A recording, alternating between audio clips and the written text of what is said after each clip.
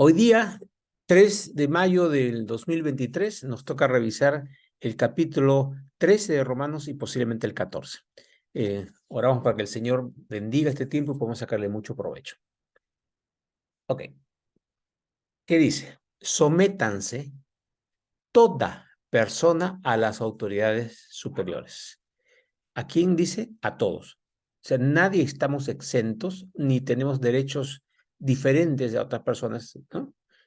Sigue, porque no hay autoridad sino de parte de Dios, y las que hay por Dios han sido establecidas.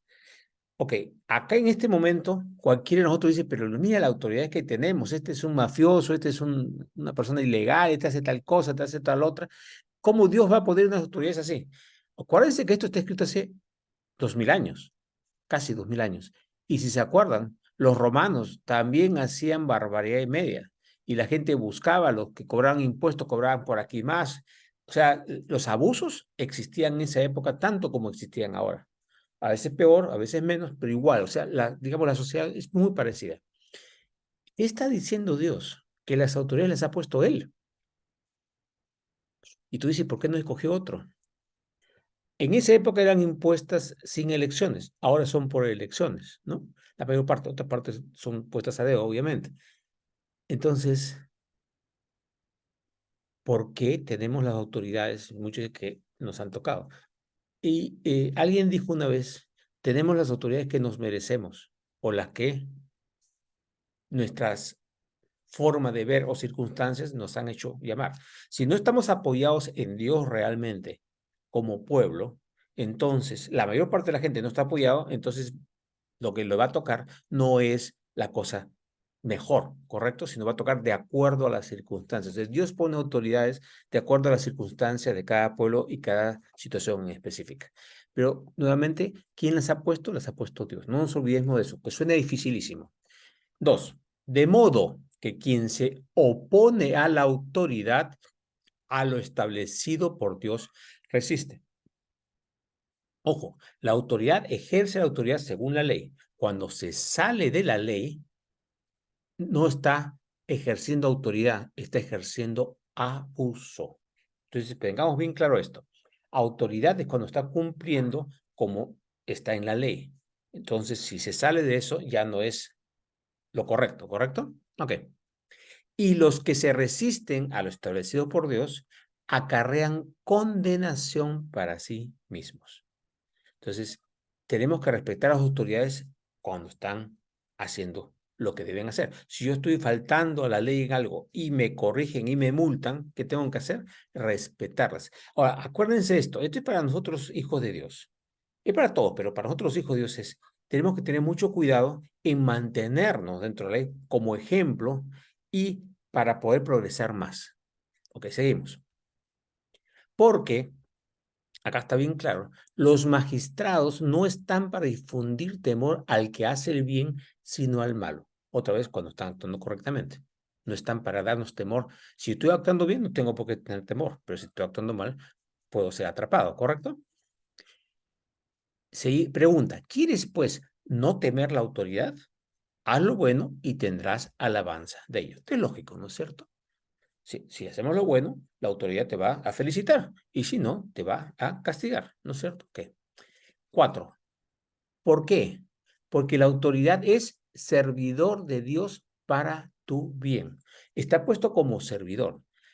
Puede ser un regular servidor, un buen servidor, un mal servidor, pero está puesto como servidor de Dios para tu bien. La idea de la autoridad es para nuestro bien. Entonces, no podemos rechazar la autoridad sencillamente.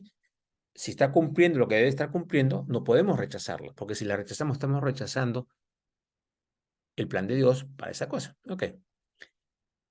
Pero si lo haces, dice, lo malo, pero si haces lo malo, si haces algo incorrecto, teme, porque no en vano lleva la espada, pues es servidor de Dios, vengador para castigar al que hace lo malo. En esa época los soldados, los policías tenían espada, ahora tienen fusiles, tienen pistolas, tienen, ¿no? Esposas para meterte en la cárcel, etcétera, etcétera, etcétera. Entonces, Dios dice, les ha puesto herramientas para castigarte. En esa época eran las espadas y la cárcel también. Ahora hay esas y otras herramientas más, multas, lo que sea que ahora existen, ¿no? Dice, no en vano tienen la espada, o sea, las herramientas para castigarnos. ¿Por qué? ¿Para qué son? Para castigar al que hace lo malo sirviendo a Dios. 5. Por lo cual es necesario, miren lo que es necesario, no es puede ser, no, es necesario estarle sujetos como autoridad, digo, cuando está haciendo lo correcto, ¿no? No solamente por razón del castigo, sino también por causa de la conciencia. Conciencia es, soy consciente que Dios lo ha puesto como autoridad y tengo que respetarlo, ¿no? Y honrarlo, que vamos a verlo después. Entonces, no es por temer castigo, uy, si hago esto, sino porque es una autoridad y yo tengo que cumplir lo que dice la ley, ¿no? Ok. 6. Pues por esto pagáis también los tributos, porque son servidores de Dios que atienden continuamente a esto mismo. Fíjese, en esa época, estamos hablando de un montón de años atrás, ¿no? También tenía que pagarse tributos, como ahora los impuestos. ¿Para qué son los impuestos? Para que el gobierno funcione. ¿Para qué? Para que las autoridades puedan dirigir. ¿Para qué? Para que mantengan el orden, ¿no es cierto? Ok. Seguimos en el 7. Pagad a todos los que debéis. A todos los que debéis. No debáis nada a nadie, dice en otro versículo. Al que tributo, tributo. O sea, si tienes que pagar un impuesto, págalo. Al que impuesto, impuesto. Al que respeto, respeto. Al que honra, honra. Entonces tenemos que pagar. Cuando es dinero, tributo, impuesto, pagamos. Y tenemos que pagar respetando y honrando a las autoridades. Despreciar a una autoridad, por más que pueda saber menos que tú, puede estar menos formado, lo que sea, es ir contra Dios, porque ¿quién lo ha puesto? Lo ha puesto Dios. Entonces, el que está dirigiendo debemos respetarlo. Mira qué importante es esto, porque no estamos respetando a la persona, estamos respetando a Dios que lo ha puesto como autoridad. ¿Me entienden el punto? No es a la persona en sí mismo. Tenemos que respetar a las personas porque toda persona es importante, toda persona es hecha como criatura de Dios y Dios la ama y es importante para Dios, pero nuevamente es porque Dios lo ha puesto, ¿no? Conciencia. Y el consejo que dice, no debáis a nadie nada, a nadie. Si tienes una deuda, primero págala. Tienes que conseguir nueva ropa. Usa tu ropa vieja hasta que puedas pagar y no te metas en deudas nuevas y hacer otras cosas. Primero, pagar lo que debemos. Dice, no debáis a nadie nada, sino el amaros unos a otros. Qué importante es esto, porque a veces consideran, no, esa persona tiene, lo que sea, y hay otra necesidad, pero dicen, no, si te has metido en una deuda, págala. Ok.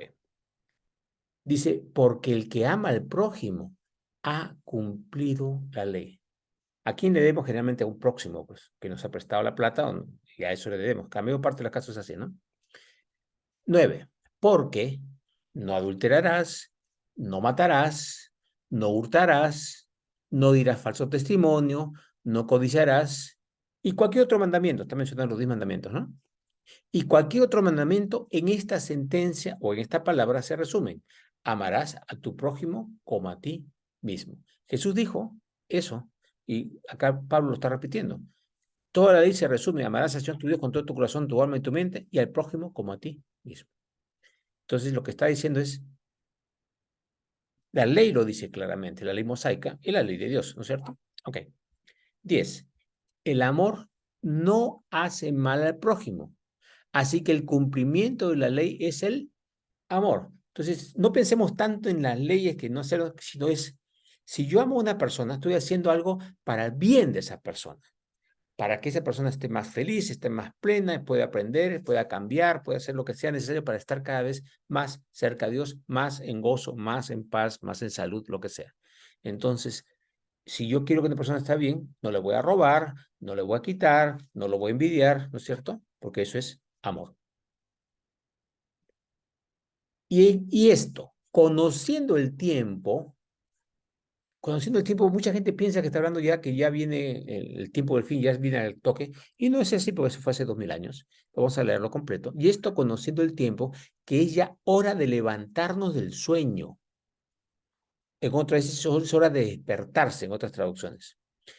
Porque ahora, hoy día, está más cerca de nosotros nuestra salvación que cuando creímos. El momento que creemos ya somos salvos. A lo que se refiere es, está más cerca que se manifieste más claramente nuestra salvación. O sea, que podamos ver en bendiciones o cuando nos vamos ya a la otra vida, veamos y podemos experimentar la salvación que Dios ya nos ha dado, ¿sí? Entonces, tenemos que estar despiertos porque cada día estamos más cerca del día que vamos a partir. Y si estamos esperando el último día, no sabemos cuándo va a ser el último día. Nadie sabe cuándo va a ser su último día, ¿no es cierto? Ok. Entonces cada día está más cerca. 12. La noche está avanzada. Está repitiendo lo mismo. Y se acerca el día. En el mundo hay mucha oscuridad. Y se acerca el día. Cada día estamos más cerca del día que regrese el Señor y podamos tener la plenitud del reino de Dios. O sea, la noche está avanzada. Y vemos, hay oscuridad. Por eso dice que nosotros somos la luz del mundo. Porque el mundo está en tinieblas. Y nosotros tenemos que dar esa luz, ¿no? Se acerca el día, se acerca la luz, se acerca la plenitud de esa luz. Por lo tanto, desechemos, pues, desechemos. ¿Qué cosa quiere decir? No, desliguemos por completo. Desechemos, pues, las obras de las tinieblas. Desechemos las obras de las tinieblas. Y vistámonos las armas de la luz. Ahí lo que está diciendo es, vístete de Cristo, vístete de su palabra, vístete del Espíritu Santo. Son las armas de la luz, la oración, etcétera. Esas armas de la luz. ¿Y qué tenemos que hacer? Rechazar lo que no es armas de la luz, que son las obras de las tinieblas. La cosa es bien clara.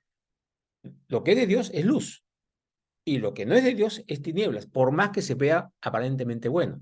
La pregunta es de Dios eso? Si no es, es tinieblas, por más que te pueda gustar.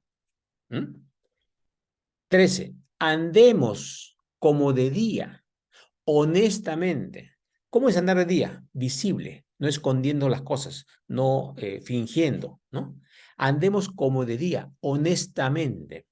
Hagamos las cosas de corazón, no en glotonerías, no en borracheras, no en lujurias, no en lascivias, no en contiendas, no en envidia. Entonces, ¿qué dice? Vistamos de las armas de luz. Tenemos que, para vestirnos de las armas de luz, tenemos que desechar las obras de las tinieblas, que dice.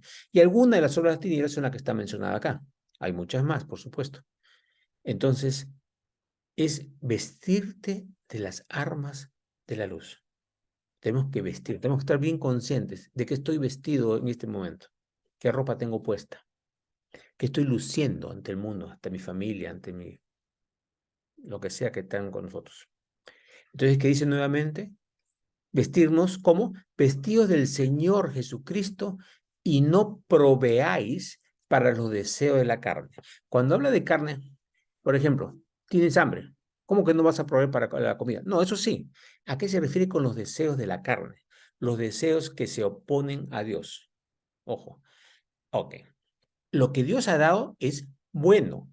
Todo lo que Dios ha creado es bueno. Pero lo deseo de la carne es cuando ya estamos buscando cosas que no nos acercan a Dios, sino nos llevan hacia el mundo. Siempre cuando vemos esa palabrita, lo deseo de la carne es lo contrario a lo que Dios desea para nuestra vida, ¿sí? Dios quiere que comamos, por supuesto. Dios quiere que disfrutemos una comida, sí. Él mismo disfrutaba lo que comía y lo decía, ¿no? Así que aquí estamos bien claros que tenemos que vestirnos, ¿no? Vistamos las armas de luz. ¿Qué significa? Vestirnos del Señor Jesucristo. ¿Y qué cosa es vestirse del Señor Jesucristo? Es andar como Él anduvo. ¿Ok?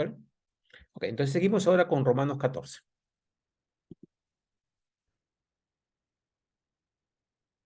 Los débiles en la fe. Este es otro consejo enorme. Recibid al débil en la fe, pero no para contender sobre opiniones. O sea, ¿para qué nos reunimos con otra persona? Si no cree y no conoce al Señor, ¿para qué? Para acercarlo al Señor. Si conoce al Señor es para que Él nos ayude a crecer en el Señor. O sea, no, si alguien no sabe o alguien está con ciertas ideas muy clavadas, lo rechazo y no quiero verlo. No. Jesús no era así. El punto es no para contender.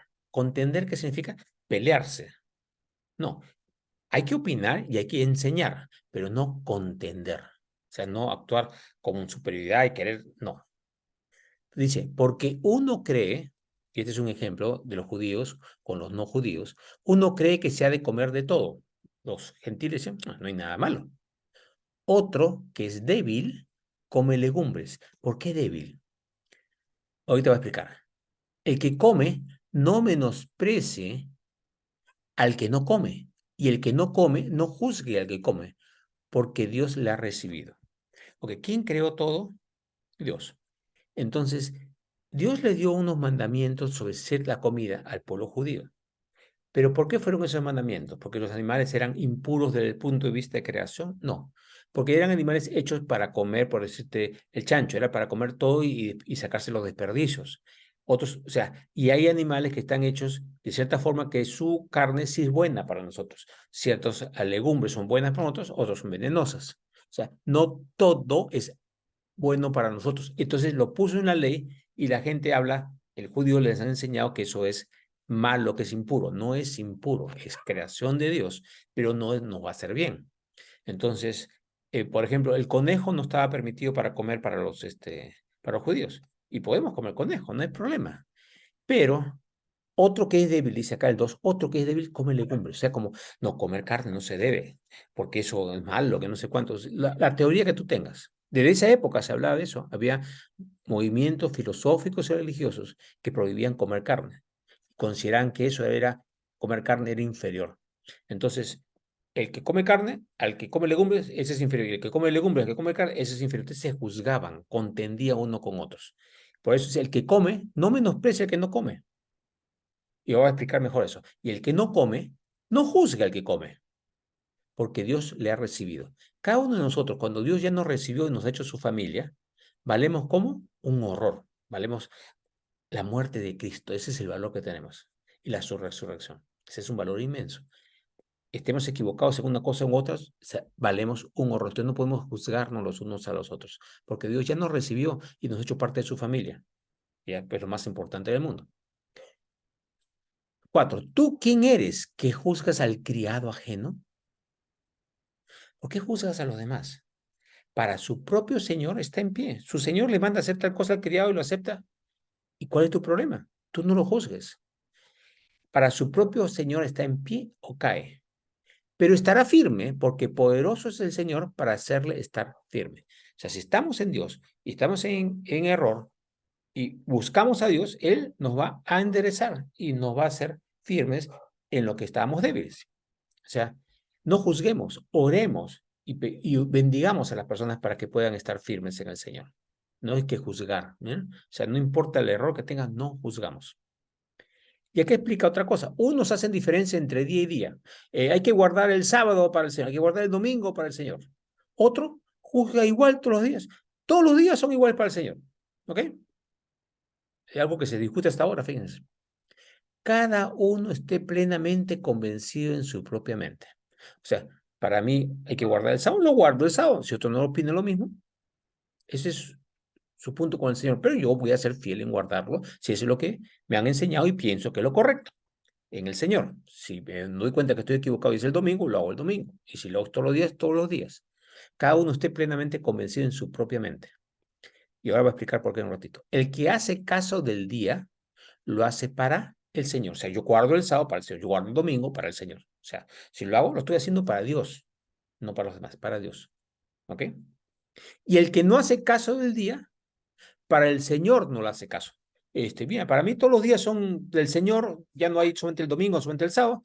Entonces, ¿para quién lo guardo? Para el Señor. Para el Señor no hago el sábado especial ni el domingo especial, sino todos los días. Pero los dos están haciendo para el Señor porque en su corazón están haciéndolo para el Señor. Y ahorita voy a explicar con el rito después. El que come, para el Señor come, porque da gracias a Dios. Gracias, Señor, porque estoy comiendo esto. Gracias por esta comida que me has provisto. El que no come, para el Señor no come y da gracias a Dios. No como esto, pero estoy dando gracias a Dios por lo que sí como. ¿Me vamos siguiendo? 7. Porque ninguno de nosotros vive para sí y ninguno muere para sí. Una vez que ya estamos en el Dios, ya no vivimos ni morimos para nosotros. Vivimos y morimos para Dios. ¿Ok? Pues, repite, ahora lo explica en el 8 de nuevo, pues si vivimos, para el Señor vivimos. Y si morimos, para el Señor morimos. Así pues, sea que vivamos o que muramos, del Señor somos. Más claro no puede ser. Porque Cristo para esto murió y resucitó y volvió a vivir. Para ser Señor de quién? Así de los muertos como de los que viven. No hay diferencia. Para el Señor no hay diferencia. Nosotros, claro, lo extrañamos, no estamos presentes, lo que sea, pero estamos viviendo lo que estamos viviendo, debemos estar conscientes, es para Dios. Y cuando morimos, morimos en el momento de Dios y vamos a estar para Dios también. Y otra vez repito sobre juzgar, pero tú, ¿por qué juzgas a tu hermano? O tú también, ¿por qué menosprecias a tu hermano? Porque todos compareceremos ante el tribunal de Cristo. O sea, todos nos vamos a presentar a un juicio por nuestras obras. En el momento que fallecemos, pasamos al juicio ante el tribunal de Cristo. A todos. ¿Quién nos va a juzgar? Dios. ¿Y por qué nos va a juzgar? Por nuestro corazón, no por nuestras obras directamente. Nuestras obras están hechas por un motivo. El motivo por el que están hechos, ese es donde va a recibir castigo o recompensa. La salvación ya está, pero el castigo o recompensa es por nuestro corazón, lo que sale y motiva ese corazón, esa obra que él motiva. No por la obra en sí, sino por la real motivación que está detrás de la obra. Y dice en el 11, porque escrito está, vivo yo, dice el Señor, que ante mí se doblará toda rodilla y toda lengua confesará a Dios. Confesar significa declara que Dios es verdad. O sea, Jesús dice que Él va a ser el juez, ¿no? De manera que cada uno de nosotros dará a Dios cuenta de sí. O sea, no es por lo que diga fulano o mengano, sino directamente con Dios, no vamos a ver, porque Dios conoce nuestro corazón. Y ahí vamos a presentar y daremos cuenta de nuestro corazón. Así que, así que ya no nos juzguemos más los unos a los otros, sino más bien decidid no poner tropiezo u ocasión de caer al hermano. Qué importante que es esto. No juzguemos. Entonces, ¿qué tenemos que hacer? Orar, pedir por las personas y todas las cosas, pero con cuidado, porque de repente lo hacemos de una forma, decimos algo que hacemos a la gente tropezar y tropezación, y esa puede hacerlo alejar del Señor o puede hacerle crear un resentimiento, una amargura, lo que sea, que haga que pierda espiritualmente. Entonces, lo que tenemos que decidir es no poner tropiezo o ocasión de caer al hermano o a la hermana. Tenemos que tener cuidado. Nuestra intención nunca debe ser de corregir por corregir, debe ser amar. Este es el momento de decírselo, esta es la forma de decírselo, es para su bien, o yo quiero hacerlo porque yo considero que esto está mal, o es por amor realmente que lo estoy haciendo, no por cólera, no por superioridad, no por orgullo, sino por amor. Ok, y acá en el 14, Pablo declara totalmente sobre todo lo de la comida, de las cosas anteriores. Dice, yo sé y confío en el Señor Jesús. O sea, lo sé porque Jesús me lo ha revelado, que nada es inmundo en sí mismo. Cuando digo para los judíos había esas cosas que no se comían, esto sí, esas cosas. Nada es inmundo en sí mismo. Mas para el que piensa que algo es inmundo, para él lo es. O sea, si tú piensas que comer chancho es malo para Dios, no lo comas. Porque si lo piensas, no lo comas. Si después aprendes que no lo es, ya podrás comerlo. Pero si piensas, no. Pero Pablo dice, yo sé y confío en el Señor Jesús que nada es inmundo a sí mismo. ¿Cómo lo sabe? Jesús lo dijo. ¿Cuándo se lo dijo? Se lo dijo a Pedro, capítulo 10 de Hechos, cuando le muestra a un montón de animales sacrificados y le dice, perdón, vivos, y le dice a Pedro, Pedro, mata y come. Y Pedro dice, no, yo jamás he comido algo inmundo. Entonces Jesús le dice, no diga que es inmundo lo que yo he hecho. ¿Ok? Eso está en capítulo 10 de Hechos de los Apóstoles. Entonces, Dios lo declaró. No es algo que nos estamos inventando, ni Pablo está inventando. Entonces, el que piensa que algo es inmundo, para él lo es. Pero, si por causa de la comida tu hermano es contristado, ya no andas conforme al amor. No hagas que por la comida tuya se pierda aquel por quien Cristo murió. ¿Qué significa esto? Que hay personas que creen vehementemente que tal cosa es malo, es pecado, pero tú lo comes así, muy suelto de huesos. Hay momentos en que está bien que lo hagas si la persona está receptiva para recibirlo, pero si lo ofende y lo hace sentir rechazado y toda la cosa, por amor a ese hermano, es mejor no comerlo, o menos delante de él. ¿Para qué? Para que no tropiece, porque todavía está creciendo. Ya con el tiempo se le podrá enseñar ciertas cosas. Hay cosas que es comida de bebé y comida de adulto, espiritualmente igual. Entonces hay que tener cuidado, eso es lo que tengo, mucho cuidado. No hagas que por la comida tuya se pierda aquel por quien Cristo murió. ¿Ok? Entonces, por ejemplo, hay grupos que dicen no se puede tomar ni una gota de alcohol, nada. Y Jesús tomaba vino. Entonces ellos dicen, no, ahí no era vino, era jugo de uva. Le voy a ser sincero, no se tomaba jugo de uva en la copa. Ese era vino fermentado porque si no se malograba. ¿Sí? Entonces se fermentaba y era vino. No tomaba Jesús para emborracharse, pero eso es lo que se tomaba normalmente con las comidas, como en todo el Mediterráneo actual. ¿Ok? Pero hay gente que dice que no. Entonces hay que respetarlos. Si logran aprenderlo, lo aprenden. Y si no lo aprenden, bueno, pues no lo voy a invitar a mi casa a servirle vino en cantidad y ofenderlo, ¿no? No hay que ofenderlo porque esa es su creencia. Y si está bien en su corazón, está recto el corazón, aunque esté equivocado su mente, hay que respetar su corazón, ¿no? Ok, porque en Cristo murió. 16. No sea pues vituperado vuestro bien.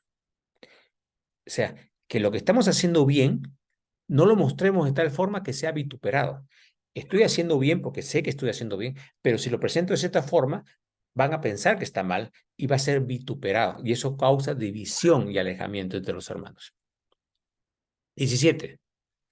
Y esta es una aclaración. Porque el reino de Dios no es comida ni bebida. O sea, tiene importancia esas cosas, sino que es justicia, paz y gozo en el Espíritu Santo. No es si hago tanto ayuno, si dejo de comer tal comida, o tal semana no como carne, tal semana no como pescado, tal semana no como tal cosa, o hago ayuno. No, no, no, no. No es comida ni bebida, sino justicia, paz y gozo en el Espíritu Santo. Porque el que en esto sirve a Cristo agrada a Dios y es aprobado por los hombres. Repito, porque en que en esto sirve a Cristo agrada a Dios y es aprobado por los hombres. O sea, yo sé que nada es malo, pero también tengo que hacerlo delante de cierta persona de cierta forma, delante de otras de otra, para no ofender y no ser que alejar. Entonces, al no alejar a la gente de Dios ni de mí, de lo que estoy hablando, agrado a Dios. Y al mismo tiempo la persona aprueba el comportamiento y puedo seguir ayudándolos a crecer. Por eso es importante, no es que estoy mintiendo, no estoy siendo hipócrita, estoy usando las herramientas para la circunstancia. Tengo que estar en oración, escuchando al Señor, porque hay veces que puedo enseñar y corregir, pero otras veces es mejor esperar. Y no es tan importante esa cosa como otras cosas más importantes que puede necesitar esa persona en ese momento, ¿no? Por eso dice, el reino de Dios no es comida y bebida, no hay que hacer tanta importancia a eso. Mientras más sabemos, esas cosas son menos importantes. 19. Así que sigamos lo que contribuye a la paz. O sea, busquemos lo que busque unidad y a la mutua edificación. Entonces, siempre, y eso también vale para nuestras parejas, en vez de discutir por las cosas que no nos ponemos de acuerdo, busquemos las cosas que sí estamos de acuerdo para crecer más armonía entre nosotros y luego, ya cuando estamos bien en armonía, podemos conversar las cosas que no estamos de acuerdo para buscar un punto en que podamos sentirnos cómodos todos. Pero primero, la edificación y la paz para poder desarrollar otro, ¿no? 20. No destruyas la obra de Dios por causa de la comida. Otra vez, en esa época esto causaba un laberinto de la patada. Como le repito, los judíos tenían cierta costumbre y los otros no. Y al ponerse así muy rígidos, había problemas serios. Algunos apóstoles, si iban a predicar a judíos y comían de todo, decían, este es un impuro, no sé cuánto, no sirve. Y al otro lado, a los gentiles hacer esa cosa, están locos. Entonces dice, no destruyas la obra de Dios por causa de la comida. Todas las cosas a la verdad son limpias porque son hechas por Dios, pero es malo que el hombre haga tropezar a otros con lo que come. Está hablando mucho de la comida, pero con cualquier cosa que hagas tropezar, ¿sí? Bueno es no comer carne, ni beber vino, ni nada en que tu hermano tropiece o se ofenda o se debilite. Que lo que está diciendo es, si tu hermano se ofende, se debilita o tropieza o se ofende, entonces no lo hagas delante de él. No lo hagas delante de él. Pero si la otra persona dice, bueno, yo tengo mi fe, tú tienes la tuya, ya puedes comer. Si es que no se ofende, no lo va a alejar de Dios. Porque si tú eres un maestro, estás enseñando y haces cosas que a la otra persona lo ofende, vas a dejar de ser su maestro, te va a despreciar y no va a permitir que la palabra de Dios entre en esa persona. ¿Sí? 22. ¿Tienes tu fe? O sea, ¿realmente crees lo que Dios te ha dicho? Tenla para contigo delante de Dios. Bienaventurado el que no se condena a sí mismo en lo que aprueba. Por ejemplo, puedo comer, puedo tomar un poquito de vino, puedo hacer tal cosa, puedo hacer la otra, porque Dios lo permite, porque está bien para Dios. Ok, lo puedes hacer, pero si supuestamente lo apruebas, pero te condenas porque caigo en esto, entonces está mal, porque no te puedes condenar en lo que apruebas, porque si te condenas no lo estás aprobando. ¿Sí? Ok. Entonces, si hay algo que te hace sentir inseguro, te da culpa, para, ora y busca consejo para librarse de ese punto. 23. Pero el que duda sobre lo que come es condenado porque no lo hace con fe. Y todo lo que no proviene de fe es pecado. Ok, acá es el concepto central de esta parte. Es cuando yo me siento bien, ¿para qué hago las cosas? Las hago para Dios. Si sé o pienso, creo, supongo que esta cosa es mala, entonces no la hago. Si con el tiempo descubro que estaba equivocado y no era malo, puedo hacerlo. Pero si estoy haciendo algo que no es con fe, o sea, con fe en Dios, creyendo que es su palabra, su mensaje, su plan para mí, entonces es pecado. Porque ¿qué es pecado? Errar el blanco. Si yo por mi conciencia y mi mente pienso que algo es mal y lo hago, ese es errar el blanco. Y estoy pecando. ¿Por qué?